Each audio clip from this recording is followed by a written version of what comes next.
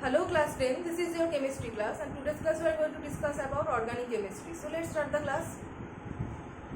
So at first, what are organic compounds? The introductory part of this chapter is what are organic compounds, and organic compounds are generally obtained from living organisms. Okay, organic compounds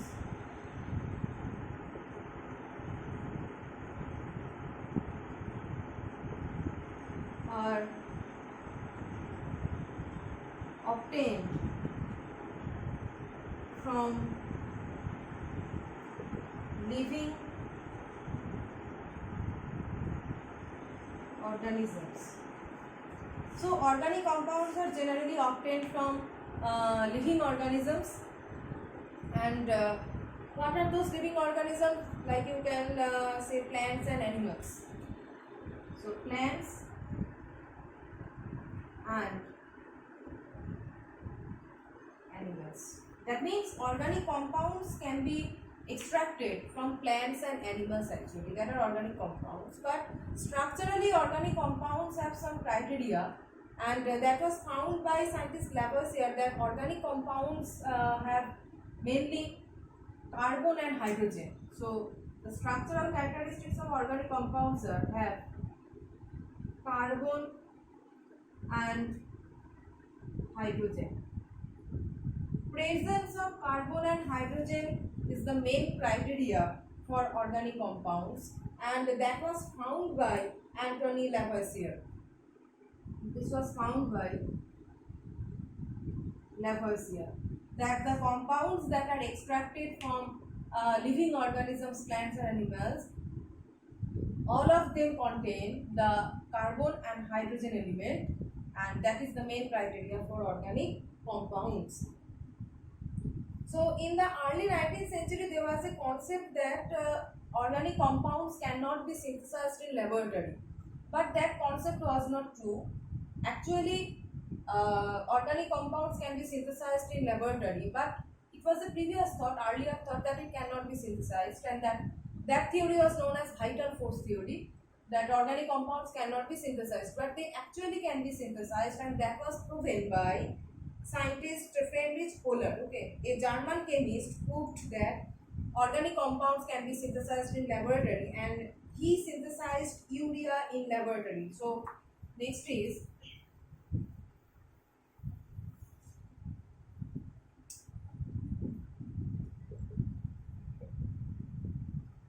Friedrich Kohler. This German scientist synthesized urea in laboratory by heating potassium cyanate and ammonium sulfate.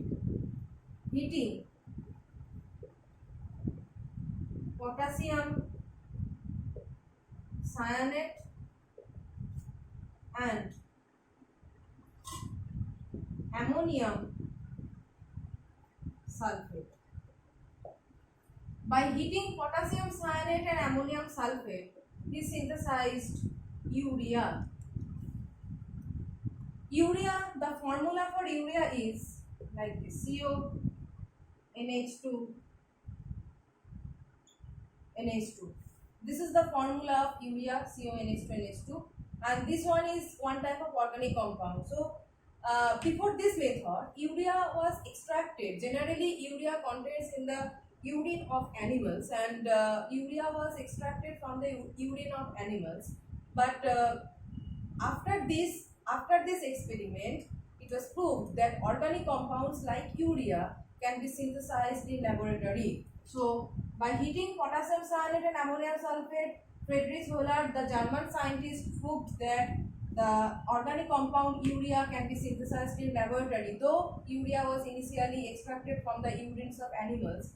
But this is the synthetic method in the laboratory, and after this concept, it is known that other organic compounds also can be synthesized in the laboratory. So the thing is that organic compounds can be synthesized. Organic compounds can be synthesized. So next, Kolbe also prepared acetic acid. Acetic acid is another organic compound, and Kolbe prepared that acetic acid. So what is the modern definition of organic compounds? Organic compounds are actually hydrocarbons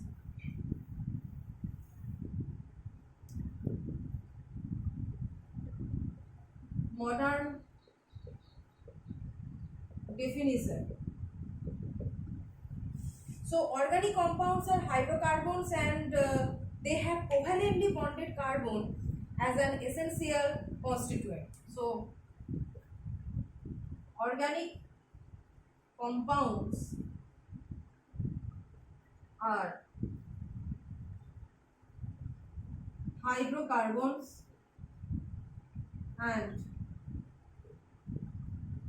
they have covalently bonded carbon